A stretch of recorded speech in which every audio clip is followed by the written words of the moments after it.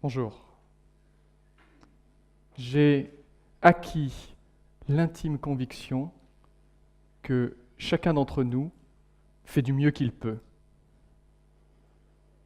Depuis que nous sommes tout jeunes, tout enfants, nous cherchons la reconnaissance en faisant du mieux que nous pouvons. Et c'est seulement en l'absence de cette reconnaissance que nous changeons de stratégie. Dans les entreprises dans lesquelles j'ai pu travailler, je n'ai jamais rencontré de terroristes par nature. Une fois ou deux peut-être des terroristes par construction, mais par nature, jamais.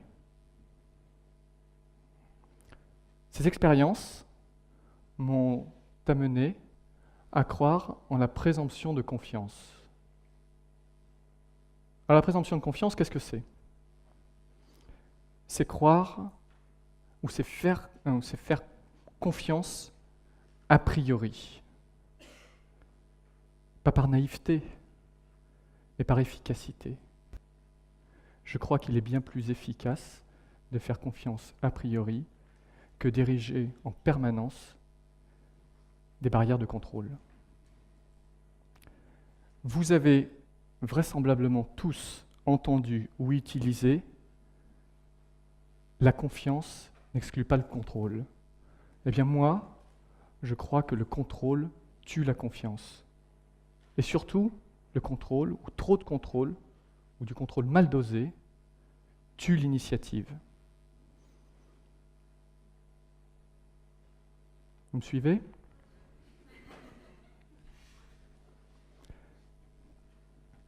Pourtant, l'initiative, dans notre vie privée, nous en prenons.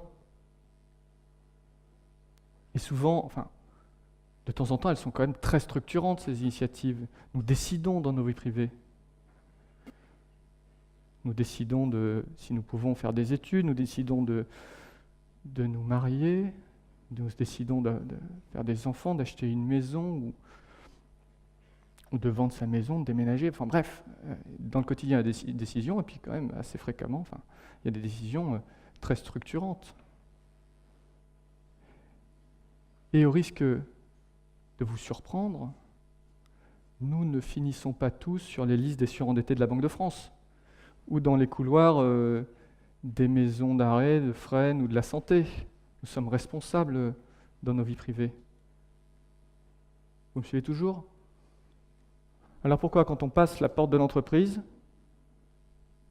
on est obligé de remplir des formulaires, de demander en multiples exemplaires pour engager une dépense de 50 ou 100 euros, 50 ou 100 euros dont on a besoin pour travailler,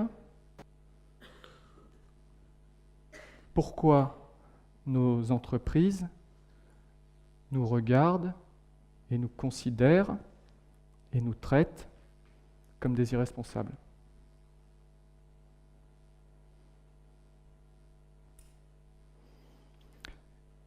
Je m'aperçois que j'ai omis de me présenter. Je suis entrepreneur par atavisme et dirigeant d'entreprise par transmission familiale. Et je crois profondément que dans nos entreprises, nous pouvons tous être entrepreneurs. Qu'est-ce que c'est entrepreneur ? Ou qu'est-ce que c'est entreprendre ? Que nous dit l'étymologie du mot entreprendre ? Entreprendre, c'est inter-prehender, c'est prendre entre. Alors prehender, c'est se saisir par la main, mais se saisir pas pour s'accaparer. Se saisir pour faire. Et prendre entre, c'est prendre des décisions, c'est faire des choix, prendre des décisions. Vous me suivez toujours ?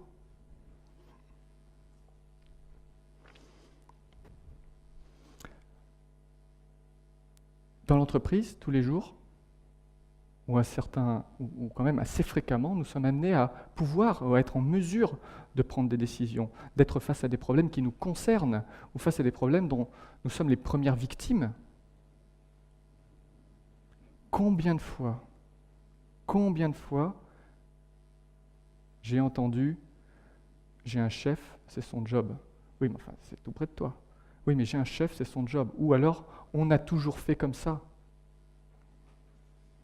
Vous l'avez entendu? Hélas. Ou finalement, tant mieux. Eh bien, moi, je pense qu'on peut faire différemment.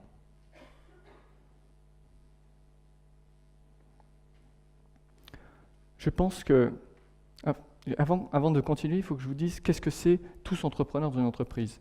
Tous entrepreneurs, c'est construire une culture de la décision, construire une culture de l'essai, construire une culture de l'erreur. Parce que c'est sur l'essai-erreur que l'on construit une solide expérience et un solide socle de compétences. Alors, vous allez me dire,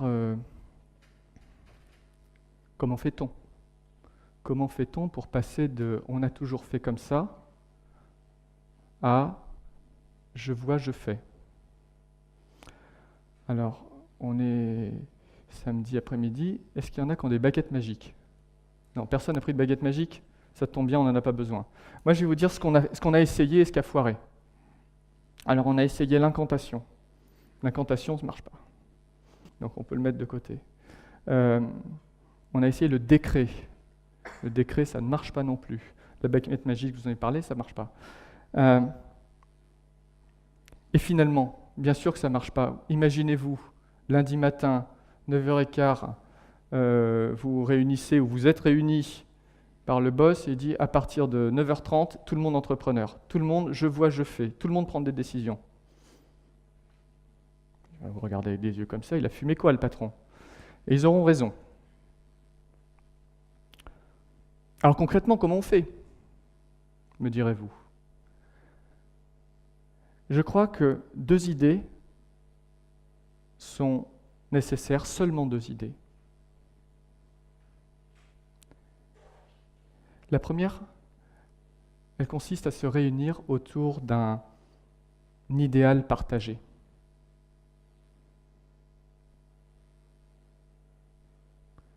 Cet idéal partagé, c'est répondre au pourquoi.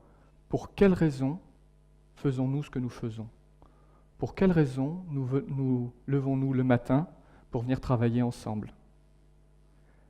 Et la réponse à cette question, il me semble, qu'elle ne peut émerger que de la conversation. Je sais, ce n'est pas un mot qui est très familier de l'entreprise, mais c'est comme ça.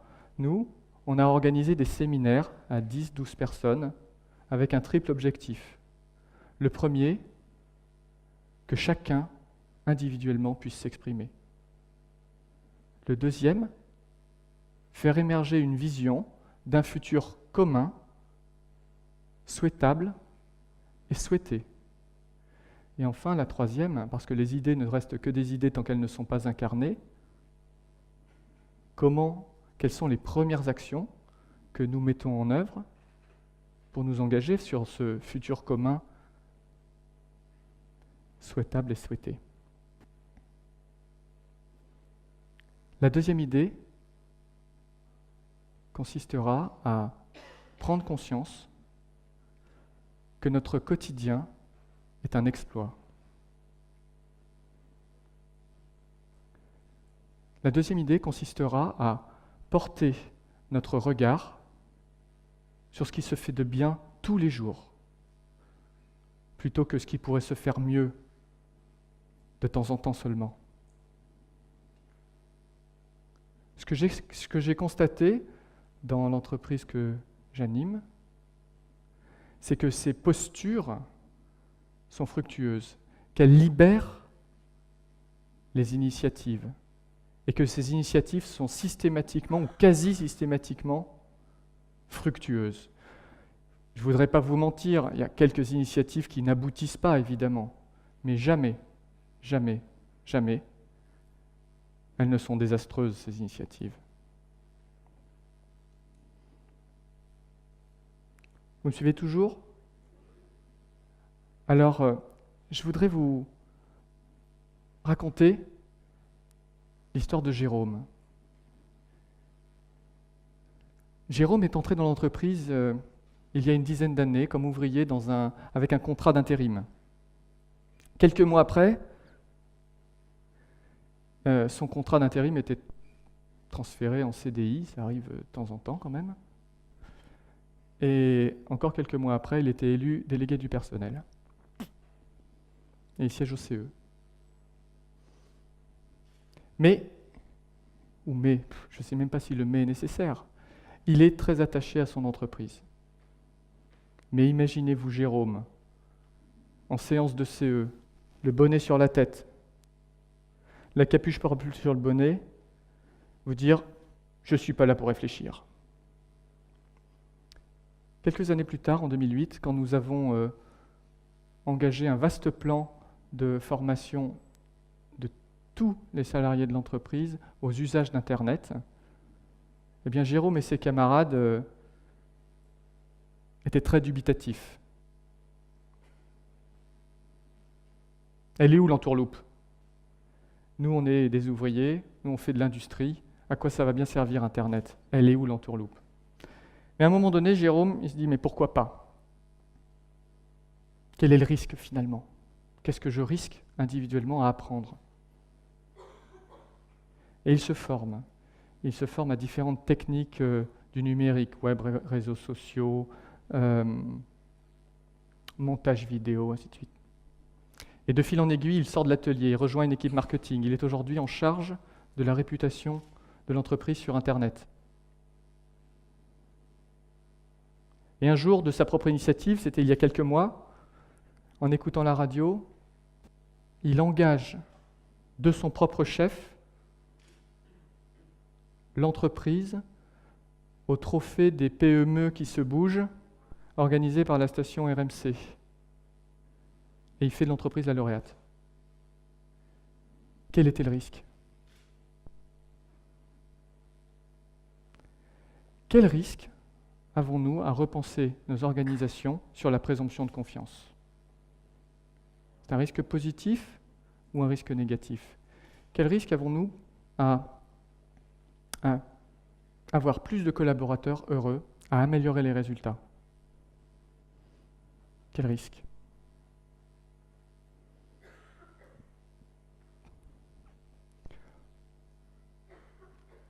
Ce qu'a fait Jérôme est admirable en fait.